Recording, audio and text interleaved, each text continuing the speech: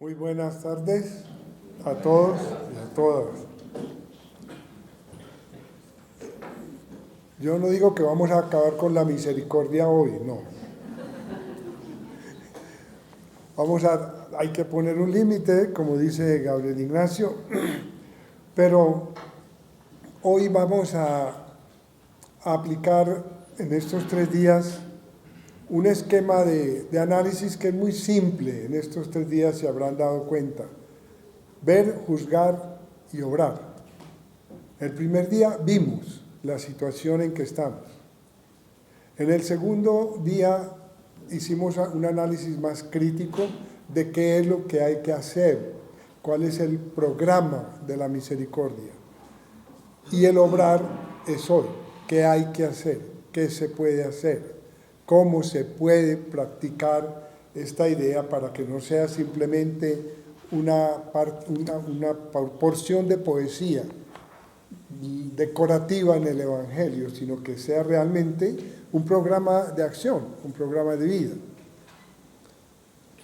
Este esquema me ha ayudado a mí mucho, del ver, juzgar y obrar en muchos campos, pero mi experiencia, y lo digo por mi propia experiencia, sin generalizar, pero es que en la mayoría de los casos nos encanta este esquema: ver, juzgar, y en el momento de obrar cambiamos el esquema, es ver, juzgar y archivar. Archivamos, estuvo muy interesante, muy bueno, sí, pero como era en el principio, ahora y siempre, por los siglos de los siglos.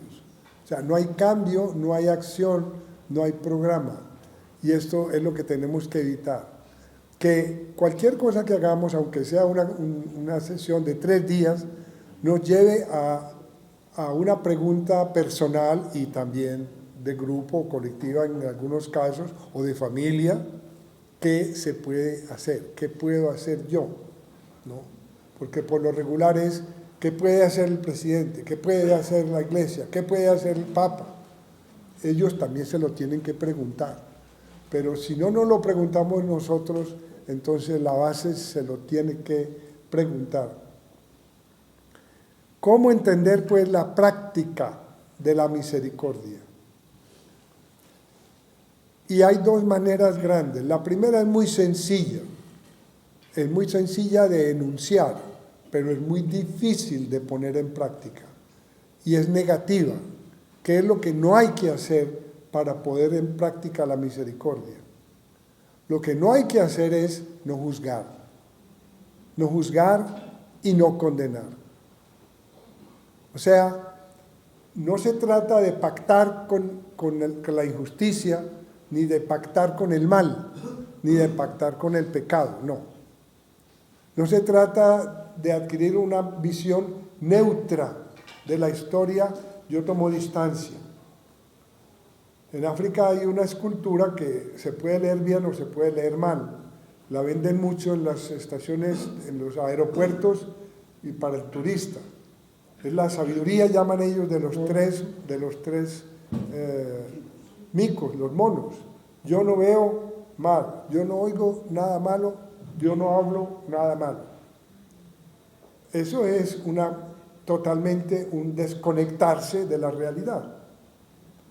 Eso no se puede, es una situación de: yo no tengo que ver nada con todo eso, yo no tengo que ver nada con política, no tengo que ver nada con sociología, con economía.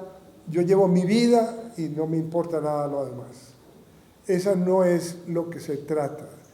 Se trata de ser consciente de lo que ocurre, aprender a críticamente a juzgarlo, pero sin condenar, sin juzgar.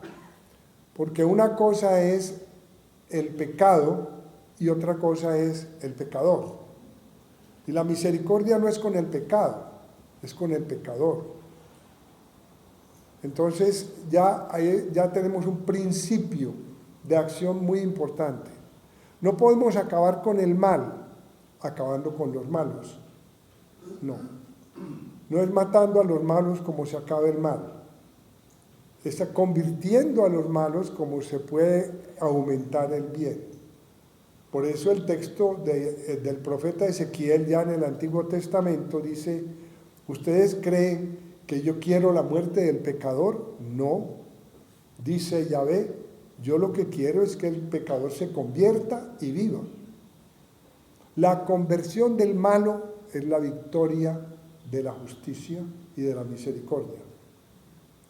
Y eso es clarísimo en el Evangelio, la oveja perdida, que se deja las 99 por ir a rescatar aquella que se perdió. Se perdió por testaruda, no juzgamos. Se perdió inclusive por culpa del pastor, tampoco juzgamos. Hay que recuperarla. Entonces esta primera actitud da un criterio de acción. ¿Cuál es el objeto de la misericordia? No es juzgar, criticar, condenar, poner el sello a las personas. La polarización es una manera de condena. Usted no piensa como yo, usted es el del lado de los malos. Estas categorías que tenemos, izquierda, derecha, que de esto, eso ya implica un juicio. Usted es una persona humana, hablemos, dialoguemos.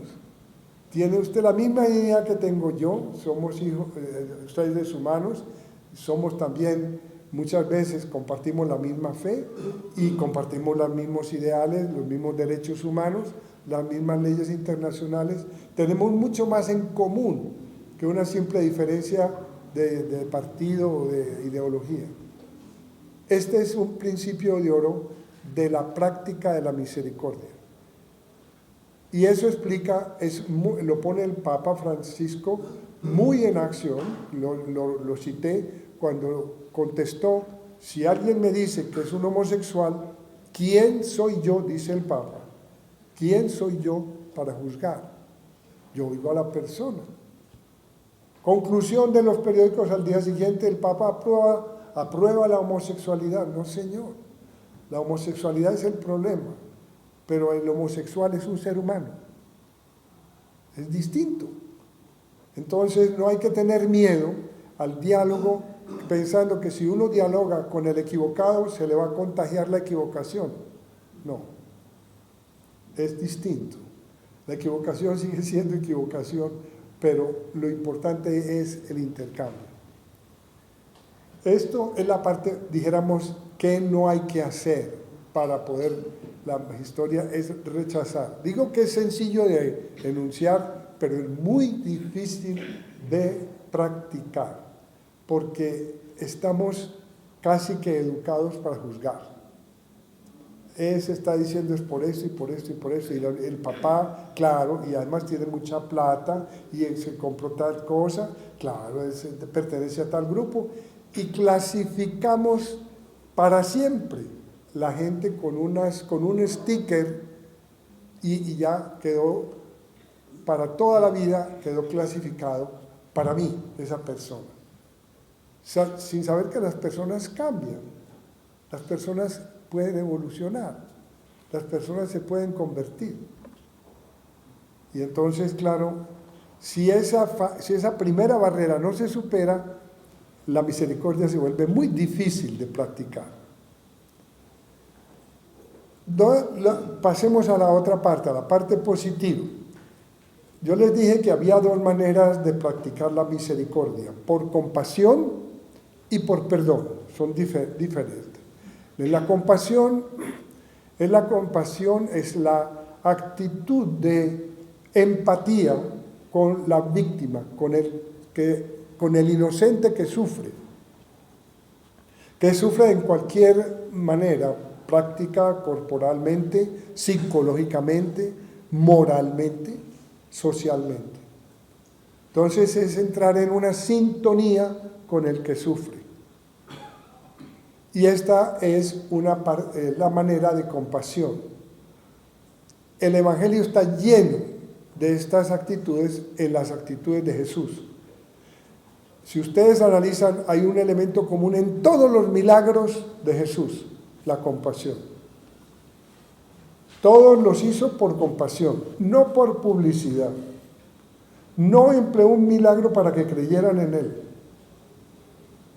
sino que le hizo milagro a los que creían en Él.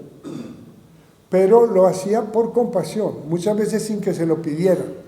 Resucitó a la hija, a la viuda de Naín, el hijo de la viuda de Naín, porque le dio compasión ver a esta pobre mujer viuda sola en una cultura donde las viudas son abandonadas, en una cultura patriarcal judía, y este hijo era el único que la podía sostener. Un problema familiar que se puede repetir en cualquier momento. Y Jesús movió a compasión. Y se movió realmente a compasión cuando, inclusive sabiendo que iba a resucitar, a reanimar a Lázaro, lloró. Y la gente dijo, miren cómo lo quería. O sea, la compasión es una manera de misericordia que aparece en la Biblia con una palabra especial en hebreo, raham. Raham significa las vísceras. Y por eso decimos compasión o amor entrañable, porque viene de las entrañas, no de aquí. La compasión es entrañable, el amor es entrañable. Pero cuando decimos entrañable todavía más profundamente en hebreo, significa el útero de la madre. Es el útero de la madre, como quien dice, el símbolo por excelencia de la misericordia. Más que el corazón. Y entonces, claro, esto nos lleva a ver cómo esta compasión es profundamente humana, profundamente social, pero es profundamente divina. Algunos comentadores del pasaje que cité, que mirad cómo le amaba, dice que algunos primeros comentadores decían que Jesús haya llorado por su amigo Lázaro y por Marta y María, que estaban tan afligidas, nos revela qué tan humano es Dios, lo cual es verdad. Si somos a su imagen, Él es a nuestra imagen también. Eso revela cuán humano es Dios. Pero otros comentaristas fueron más allá y dijeron, no, cuando Jesús llora por Lázaro, revela lo divino que es la compasión. Lo divino que es sentir esta empatía por alguien que sufre. Entonces, esto es la motivación muy fundamental de esta primera manera de misericordia. Lo opuesto ha sido descrito por el Papa Francisco como la globalización de la indiferencia. Pase lo que pase, vemos los desastres en la televisión. En la televisión la pobreza no huele mal. Entonces se ven los problemas. Oh, sí, pobre gente, sí. Pasemos a otro programa. Es la indiferencia, la insensibilidad. Eso impide la práctica de la misericordia, retarda la práctica de la misericordia. Entonces, esta compasión es una encarnación de la gracia de Dios en nuestra naturaleza humana. Hay una compasión natural que hay que tener. Puede haber seres anormales, pero naturalmente hablamos de la normalidad general, que son insensibles por retardados mentales, inválidos, etc. Pero en general esta compasión mueve a la acción, y es muy necesaria, sobre todo en casos sociales, de desastres, en las cuales se le pide una pequeña colaboración para cada uno, para los damnificados de un terremoto o de una inundación, etc. Esta manera no requiere perdón. No se trata de perdonarle a nadie, ni se trata de juzgar si este individuo está así, por ejemplo, está enfermo porque es alcohólico. Muchas veces se trataba al alcohólico en el pasado como si fuera un delito. El alcoholismo es una enfermedad, es un sufrimiento para la víctima misma. Entonces, si fuera de que está sufriendo por su enfermedad, le cae usted encima sin misericordia, como si fuera un culpable, pues realmente ahí ya no hay horizonte de solución al problema.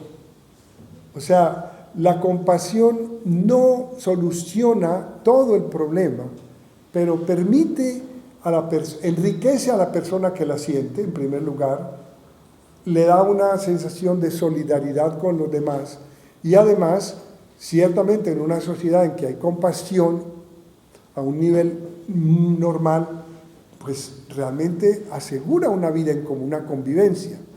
Si hay un accidente de tráfico, etcétera, la gente colabora con el herido, con esto. Esto es misericordia, es una acción de misericordia. Concretamente, la parábola del buen samaritano. Jesús la escogió por eso, porque el buen samaritano, que era discriminado porque no era prójimo de los judíos, fue el único extranjero que se interesó por este herido que estaba ahí, y se interesó de una manera práctica. Lo puso en su montura, lo llevó a la casa, a la posada, pagó lo que podía pagar del cuello y dijo, y si yo vuelvo a pasar, si se gasta algo más, yo le pago al regresar. Es una parábola. Si ustedes van a Tierra Santa, no se dejen meter en la mentira de que les van a mostrar la posada del buen samaritano, porque eso no existe, es una parábola. Se busca aliviar al otro en su sufrimiento, aliviar, aligerar. No es lo mismo sufrir cuando uno no encuentra compasión que sufrir cuando encuentra compasión. Porque ya la compasión mía se vuelve parte de la experiencia del otro. Y entonces el otro aprende que a lo mejor él que no tenía compasión es objeto de compasión. Y la compasión no es que se merezca, es que se necesita, porque es un ser humano. Y por eso Jesús escogió un samaritano, porque compasión con los de judío entre judío se hacía, pero por solidaridad tribal, nacional, política. Pero el que no pertenecía al grupo, no, ese que se muera solo porque ese no pertenece al grupo. O sea, la compasión no puede discriminar. Si la compasión empieza a discriminar, ya no viene de Dios. Ya es una compasión simplemente interesada por otras motivaciones de tipo social, político o ideológico. Pasemos a la práctica de la misericordia como perdón. Dijimos, esto es lo más difícil. El perdón no es un rito, es una actitud interior.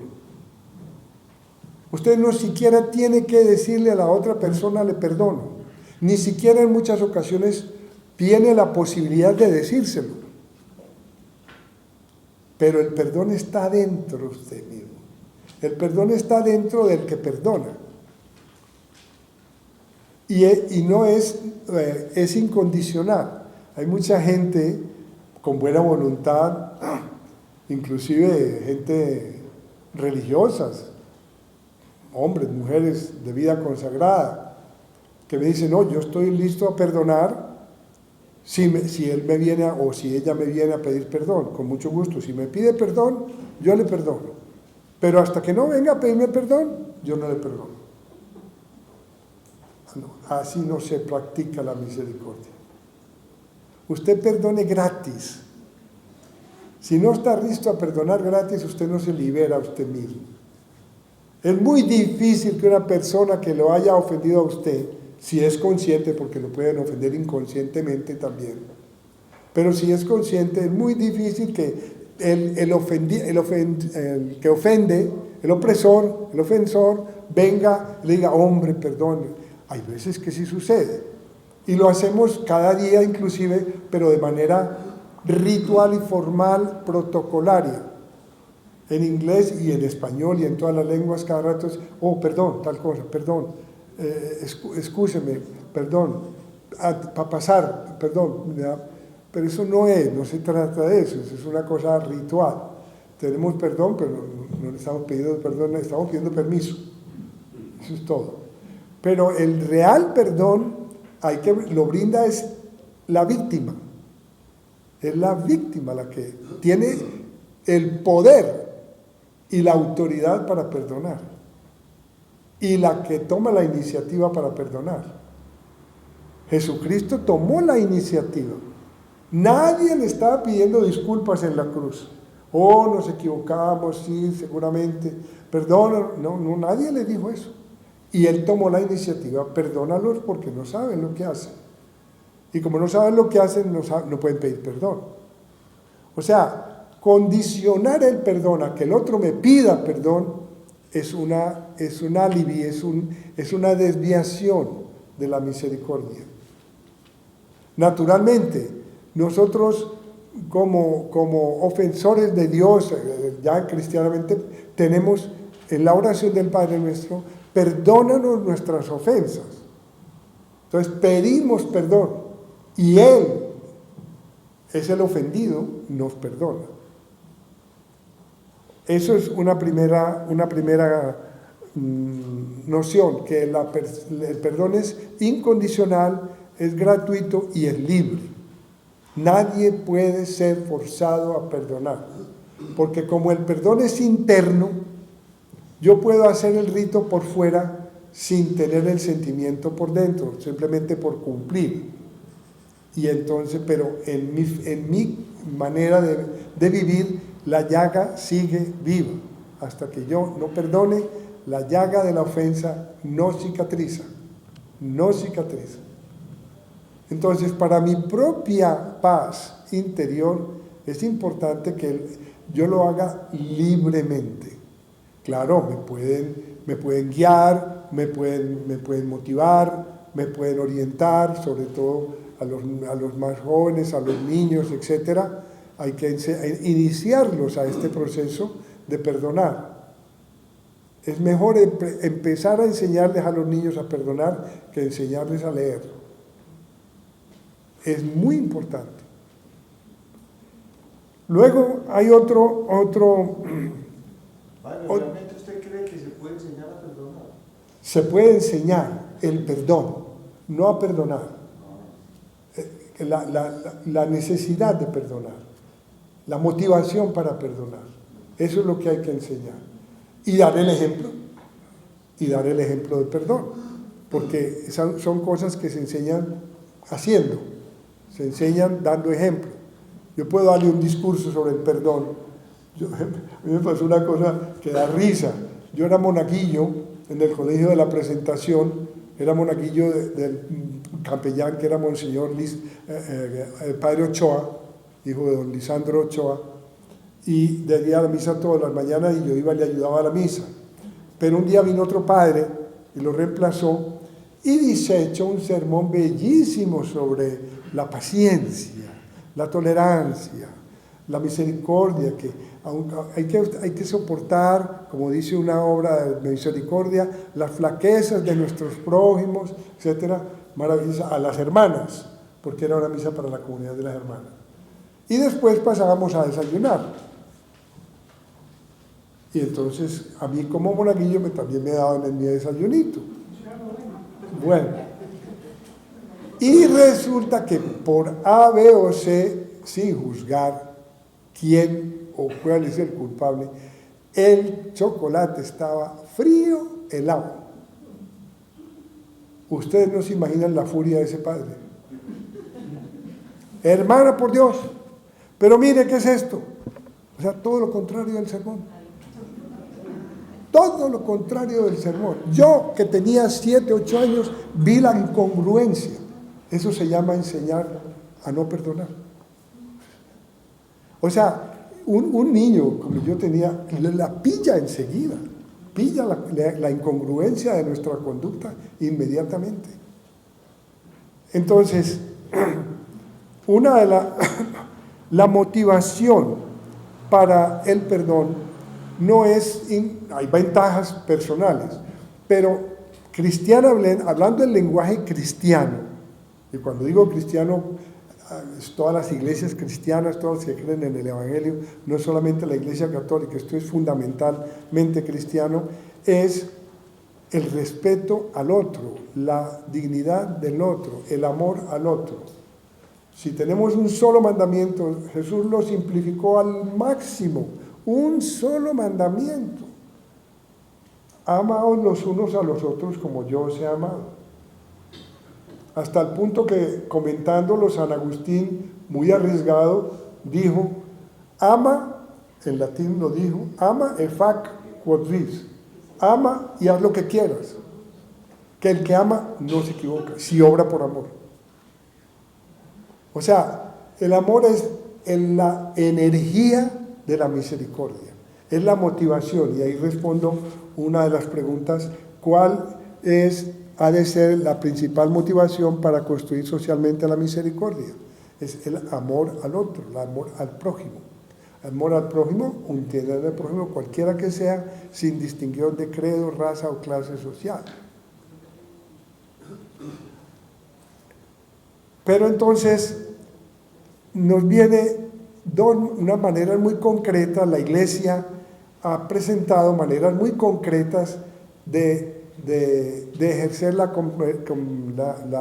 misericordia, ya sea como compasión, ya sea como perdón. Como perdón, yo les recomiendo una parábola de San Mateo en el capítulo 18, que a mí me parece que es la más retadora de las parábolas del Evangelio.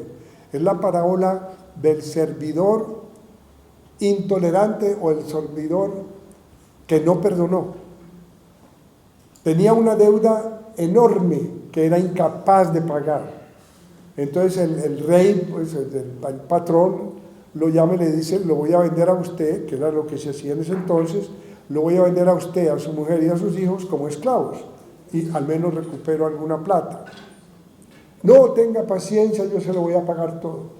Y el rey le perdonó toda esa, eran miles. Se calcula los comentadores de la Biblia que era equivalente a varios miles de dólares de hoy. Era una deuda que acumulaba de muchos años. Y el hombre salió, claro, muy contento. Sale ahí y otro le debía el equivalente de $10.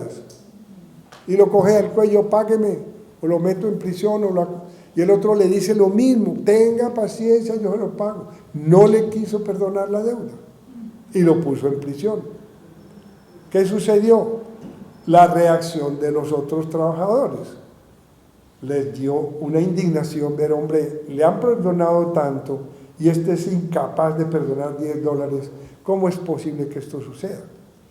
Entonces lo acusaron otra vez ante el rey y el rey lo mandó llamar. Él le dice, no era necesario que tú, al que te he perdonado tanto, le perdonaras a tu hermano. Y entonces ahí sí le aplicó el castigo total. Pero lo bravo de la parábola es la conclusión.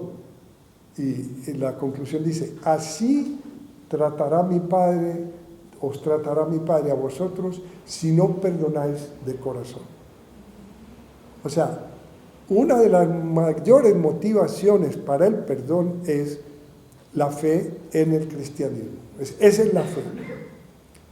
Fe sin reconciliación es Padre Nuestro, sin esa partecita, perdónanos como nosotros perdonamos. Hay que quitarla. Hay que suprimir esa frase porque no la estamos viviendo. Esa es una cosa muy importante. Decía que la Iglesia ha propuesto, la Iglesia tiene que seguir, como somos nosotros. Cuando yo digo la Iglesia no es la jerarquía ni el Vaticano, es el pueblo de Dios, nosotros. Nosotros estamos llamados a seguir lo que la misericordia pide de cada individuo, porque la misericordia es esencialmente social, es una virtud social. Si no hubiera otro, si yo vivo solo en el mundo, como Descartes, pienso, luego existo, ahí no se necesita misericordia para pensar y existir, solo. Pero vivimos en común.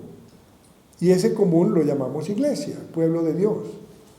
Y la iglesia tiene que seguirlo mucho. Y en la tradición, que nos viene de sobre todo después del Concilio de Trento, en 1550, en la mitad del siglo XVI, se empezó a codificar un poco más cómo practicar la misericordia. Y vinieron las obras de misericordia.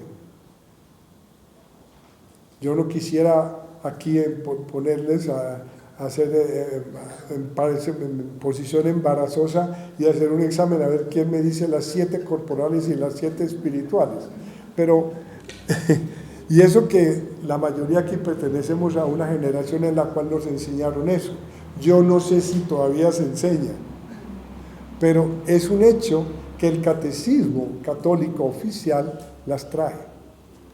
Inclusive ha revisado un poquitico la edición, porque una de ellas es la redención del cautivo, redimir al cautivo, que era muy actual en ese entonces, cuando había inclusive una congregación para redención de cautivos del Islam. Ya hoy eso no existe. Bueno, también enterrar a los muertos es una obra de misericordia, pero ya tenemos agencias que los hacen. Entonces, todavía se puede aplicar, sin embargo, en momentos de guerra, en momentos de genocidio, en momentos de desorden, en donde no hay disciplina, no hay ni Dios ni ley, y entonces recuperar cadáveres, enterrarlos, es una obra de misericordia. Pero también sabemos, bueno, hay fosas comunes en donde después hay que volver a abrir y a ver si se pueden identificar cadáveres. Ya en detalle es difícil, pero las dividen en dos, corporales y espirituales. Eso no quiere decir que las corporales no sean espirituales. Todas son espirituales. Hay un pensador ruso, cristiano, ortodoxo, pero cristiano, Nikolai Berdyaev, filósofo, escritor ruso del siglo XVIII-XIX, que escribió esta sentencia que da mucho el espíritu de estas obras corporales. Y él escribió: si estoy preocupado comprando mi pan para mí, mi mercado, para mí solo, tengo una preocupación material. El pan es un alimento material, para mi cuerpo material, es una cosa corporal, es una preocupación material legítima de subsistencia física. Si yo estoy preocupado por comprar mi pan, tengo una preocupación material. Pero si estoy preocupado por conseguir el pan de otro, tengo una preocupación espiritual. Es la intención la que hace la obra espiritual. No el pan es el mismo. El pan es material, pero la intención es espiritual. Y todas las obras de misericordia, sea corporales o espirituales, son espirituales en ese sentido, en la intención y en la motivación. Naturalmente se llaman corporales, ¿por qué? Porque miran más al sufrimiento corporal. Por eso se llaman corporales. Dar de comer al hambriento, dar de beber al sediento, dar posada al peregrino, donde alguien que tenga donde dormir, dar vestido al desnudo, visitar al enfermo, asistir al enfermo, esa es una obra. Y luego estas son acciones que la Iglesia ha institucionalizado. A veces nos preguntan, o me han preguntado muchas veces, especialmente gente no muy creyente, ¿por qué la Iglesia tiene que tener hospitales y escuelas? Esa es una obligación del Estado. En la Revolución Francesa todo se volvió separación Iglesia-Estado, todas las escuelas, todos los hospitales, todos los servicios públicos fueron estatalizados, nacionalizados. Y ustedes, la Iglesia a la sacristía. Ustedes son espirituales. ¿Por qué se tienen que meter a curar y a enseñar y a dar diplomas? Y eso no, eso. La Iglesia no fue fundada para eso. Eso es una concepción falsa, dicotómica, y que le niega a la comunidad que somos Iglesia la posibilidad de ejercer una misericordia social. Por eso la Iglesia tiene colegios, escuelas, dispensarios y hospitales. Gente dice, claro, lo tienen es para que aprovecharse de los enfermos y de aprovecharse de los niños y de las escuelas para indoctrinarlos, ganar adeptos y agrandar el número de fieles. Esa es la visión que se tiene, por ejemplo, en los estados musulmanes, que no permiten que la iglesia tenga escuelas, porque dicen van a ganar adeptos. Ellos no están haciendo una obra de caridad, no crean. Eso es una inversión estratégica para ganar adeptos. ¿Cuál es la diferencia entre un dispensario católico, por ejemplo? Un dispensario católico y un dispensario del gobierno. Yo se los preguntaba en Etiopía. La primera diferencia que una hermana me dio, nos hizo reír porque dijo, es muy fácil, monseñor. En los dispensarios católicos tenemos remedios. En los del gobierno le dan a usted papelito para que los compre. Allá no hay remedios. Dije, bueno, ya, esa es una diferencia económica. Pero la diferencia no está en la materialidad del servicio. No hay antibióticos católicos. No. Antibióticos son antibióticos en el dispensario de la iglesia o en el del Estado. Pero es la actitud y la motivación la que determina las cosas. Y ahí viene un gran reto para la iglesia, porque naturalmente hay una mezcla entre la compasión, la gratuidad, el ayuda al pobre y el sostenimiento de la institución. Entonces, estas instituciones de caridad de la iglesia necesitan, por lo regular, otro proyecto de inversión, de generar income, de generar insumos para ayudar a la gente que no puede pagar. Uno no puede abrir un dispensario si no tiene una especie de retaguardia económica que pueda hacer el balance. Otra, de lo contrario, ¿qué sucede? Y eso es lo que sucede a veces, que se empiezan, por ejemplo, escuelas en regiones muy pobres, en África nos pasa eso, con muy buena voluntad, para los niños del barrio, para los niños pobres. Entonces, ¿qué sucede?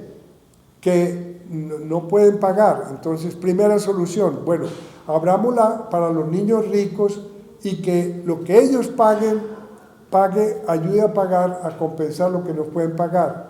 Y poquito a poco, la escuela va subiendo de calidad y acaba siendo para los niños ricos que no viven en el barrio. ¿Por qué? Porque si no la iglesia, la escuela no puede sobrevivir. Eso es ya cuestión de planeación. Hasta la misericordia requiere discernimiento y planeación. Pero es un servicio, es una obra de caridad, enseñar al que no sabe. Y eso la iglesia lo ha hecho siempre. Y tiene una cantidad. En muchas ocasiones la iglesia es tolerada, como es el caso de Etiopía, en donde la iglesia no es reconocida oficialmente por el gobierno, la iglesia católica, pero es tolerada por el gran servicio de educación que se le da al pueblo. Y ahí no hay esperanza de conseguir adeptos. Eso ya se sabe que la mayoría son ortodoxos. Rarísima vez de pronto alguno viene, pero no se trata de eso. Es una misericordia no por interés, porque la motivación de la misericordia tiene que ser en el otro, el servicio al otro. Hay una misericordia falsa del filántropo que ayuda para hacerse famoso. Fulanito del tal, dio tal, a esta iglesia, y si no le pone la placa, ahí sí usted entra en problema. Sí, es lo que dijo Jesús: dan limosnas ustedes los fariseos para que todo el mundo los vea y los aplauda, la generosidad. No, la verdadera misericordia permanece anónima. Y estas instituciones, si lo vamos a analizar a nivel mundial de la iglesia, escuelas, dispensarios, centros de acción social, de desarrollo, de todo, muchas de estas cosas pues no hacen ruido. Un abuso sexual ni se diga, eso enseguida se sabe, en todas las cosas. Y entonces, claro, poco a poco va creyendo una imagen de la iglesia muy negativa. ¿Que eso hay que condenarlo? Por supuesto que sí, que hay que condenarlo. Pero también hay que ver las cosas objetivamente, con un principio que yo creo que ustedes lo han oído siempre: el bien no hace ruido. Y yo añado otro: mucho ruido no hace bien. Hay que seguir haciendo, trabajando, sea lo que sea, pero la misericordia está allí, en esas obras. Contribuir a estas obras a nivel personal es una manera de contribuir a la misericordia. Y eso realmente muchas veces la gente que quiere de buena voluntad no sabe, tiene una donación que hacer o un objeto usado que se quiere salir de él, pero todavía se puede usar, sea ropa, sea algún otro objeto doméstico. ¿Qué hago? ¿A quién le...? Pues hay estas instituciones que pueden absorber esto y la persona tiene su oportunidad de contribuir. Pero pasemos a las obras espirituales. Las obras espirituales son quizá mucho más importantes porque son más internas, más interiores. Ya he mencionado enseñar al que no sabe, pero aconsejar al que yerra también. La misericordia no es laissez-faire, dejar hacer. Hay una misericordia que yo noto poco a poco en algunas familias de vez en cuando hablan conmigo. No, yo a mis hijos no les digo nada de eso porque yo no los quiero influenciar. Claro que ya empezaron, pero ellos ya, que hagan la experiencia y ellos mismos decidan, porque ellos son libres y yo no los quiero forzar, y empezar un conflicto les empieza a llamar la atención, entonces ya vuelven contra mí, y por la paz de la casa y la doméstico yo lo dejo hacer. Eso es indiferencia, eso es falta de coraje de hacerle frente a un reto que usted tiene que tener como educador, como padre, como madre. Usted tiene que corregir al que yerra, tiene que aconsejar y corregir al que yerra. Es una obra de misericordia. Que lo va a tomar a mal. Cuando nos van a vacunar y cuando éramos niños tomábamos a mal cualquier inyección que nos daban. Nos tenían que forzar para que nos dejáramos poner una inyección. Y por más que la mamá dijera: mijito, es por su bien, déjese que es por su bien. Nosotros nada, que cómo me van a chuzar por mi bien. No, ni riesgo. El otro no va a entender, pero por miedo y por una paz que no es realmente paz, sino ausencia de conflicto, simplemente, entonces se toma una actitud de que esta obra de misericordia, de corregir al que yerra, no se hace. Usted le puede decir y dialogar ampliamente: esto no se debe hacer, creo yo, por esto y por esto. Usted no ha visto que yo lo haga, yo soy su papá. Y le estoy dando ejemplo de esto. Usted tiene inteligencia, reflexione. No se trata de que hizo esto, entonces viene un castigo físico sin diálogo. Eso tampoco. Eso no se trata de eso. La misma justicia que pedimos a nivel nacional hay que ejercitarla a nivel familiar. Y hay que dar una misericordia que sea educativa de la misma justicia. Pero una neutralidad y un pacifismo pasivo, silencioso, es un completo descompromisarse en las situaciones en que usted debería haber actuado. Por supuesto, perdonar las ofensas, pero hay una manera muy interesante, muy real de las obras de misericordia que dice: soportar con paciencia las flaquezas e ilimicidades de nuestros prójimos. ¿Cuáles son las flaquezas? Pues es que este tipo cuenta siempre la misma historia. Ya la he tenido 300 veces. Hombre, pobre tipo, a lo mejor no sabe lo que es Alzheimer, pero bueno, puede estar enfermo. Que el otro, que es que este tipo huele muy mal. Hombre, a lo mejor busque un amigo, si usted no es muy amigo de él, un amigo que le tenga más confianza y dígale: hombre, mira, me han dicho esto, pero ayúdeme. O sea, y por lo menos no juzgarlo, tiene esto, habla muy fuerte, tose, es maleducado o no tiene maneras, etc. No, estamos llenos de flaquezas, todos. Tenemos tics, tenemos manías, tenemos tópicos que vienen una y otra vez, ideas fijas, todas estas cosas, todos tenemos. Entonces dice uno, bueno, si yo no estoy listo a aceptar con paciencia, porque no se trata de corregir a cada 5 minutos todos los que yerran tampoco, porque eso es muy harto, entonces tengo que vivir en paciencia. La misericordia es necesaria para vivir en comunidad. Sin paciencia y sin misericordia no se puede vivir en común. Y esto debería ser grandísima parte de una preparación al matrimonio, porque el matrimonio exige una gran dosis de paciencia, de mutuo entendimiento, de misericordia y si hay amor, no hay problema. Pero si no hay, entonces el problema ya se agudiza. Es para mostrar cómo estas obras de misericordia son cuestión de catecismo, es la vida diaria. Y por eso la misericordia es una virtud de la vida diaria. Por ejemplo, consolar al triste, ser consoladores, ser reconciliadores, socialmente, con la alegría, con el humor, con la visión positiva de la vida, etc. La gente aprecia mucho eso. Hay veces que para consolar bastaría la presencia física. Usted va a visitar a un enfermo y hay gente que no sabe visitar al enfermo.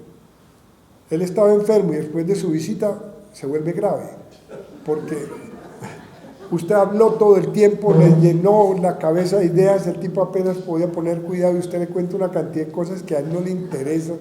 Quédese callado, siéntese y esté ahí presente y no más.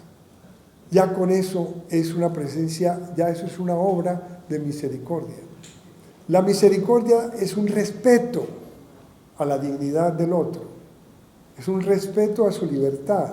Entonces, según la calidad de la persona, usted tiene que adaptar su manera de ofrecer misericordia.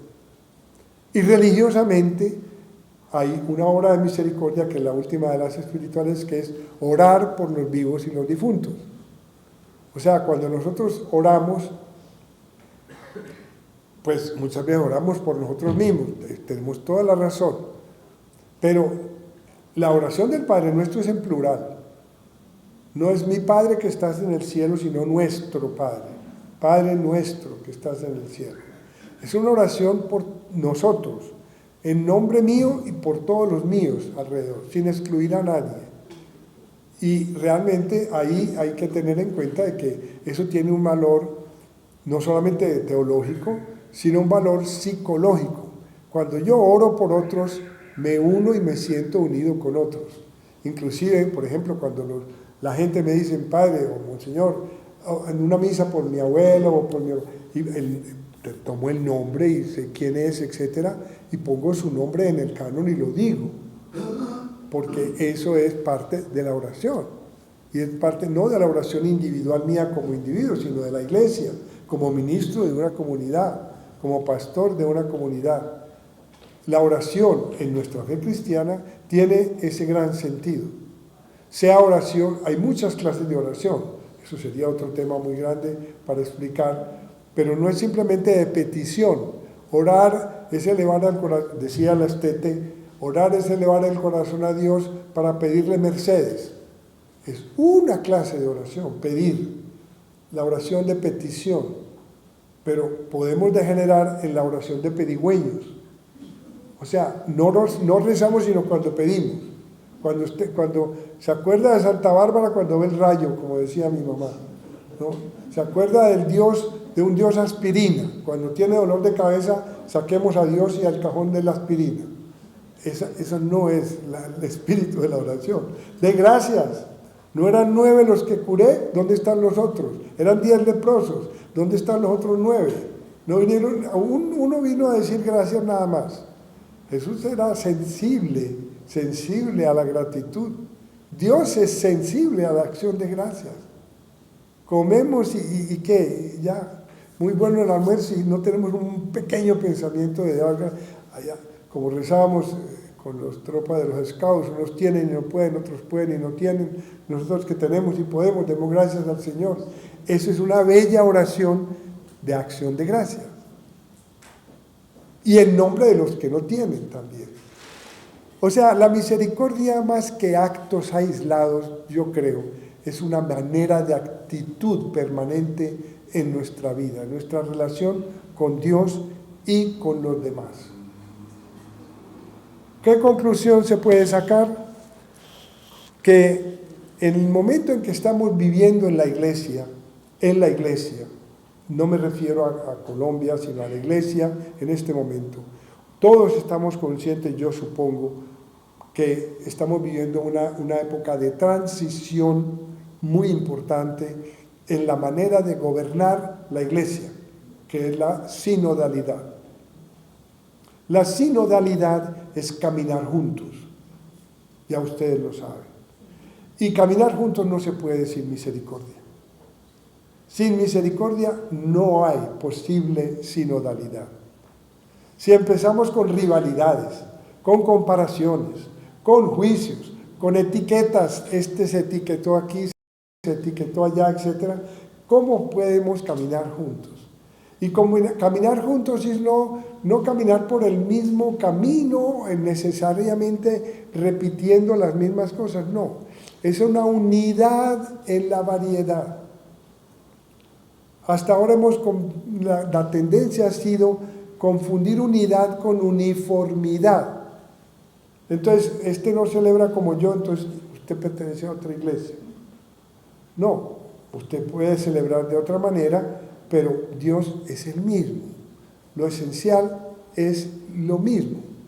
Pero la variedad hay que aceptarla, porque la variedad es la ley de la creación de Dios. La variedad es la firma de Dios en el cosmos. Variedad de flores, variedad de animales, variedad de especies, variedad de climas, de relieves, una enorme variedad, y eso es lo que hace la belleza de la creación. ¿Qué tal que todas las flores del mundo fueran siempre rosas? Eso es monotonía, eso no es unidad. La unidad es armonía de variedades. Es como la orquesta de la que hay muchos instrumentos distintos que no tocan todos al mismo tiempo, no tocan todos la misma partitura, no producen el mismo sonido, pero el conjunto produce armonía. Esa es lo que produce el entendimiento común, el deseo de ir a lo esencial y dejar de sembrar pánico y polarizaciones por cosas que son muchas veces que no han ocurrido todavía, pero que podrían ocurrir. Entonces se discute y uno se angustia por lo que podría ocurrir. Y a lo mejor después no ocurrió. Entonces, digo yo, en este momento la iglesia que está llamando a todos hacia la sinodalidad es un llamado, es una condición fundamental, la misericordia. ¿Por qué? Porque repito lo que dije al principio, lo que dice Santo Tomás de Aquino, Dios es amor y la misericordia es la forma más exquisita de practicar el amor. San Juan Crisóstomo, y termino con esta frase, San Juan Crisóstomo, un gran predicador, Crisóstomo era un apodo, Crisos, tomos, tomos es la boca, Crisos es oro, San Juan boca de oro lo llamaba, porque la predicación que hacía, y escribió en un sermón, el sermón 42, que dice, sin virginidad todavía se puede entrar al cielo, pero no sin misericordia. Hasta aquí hemos llegado.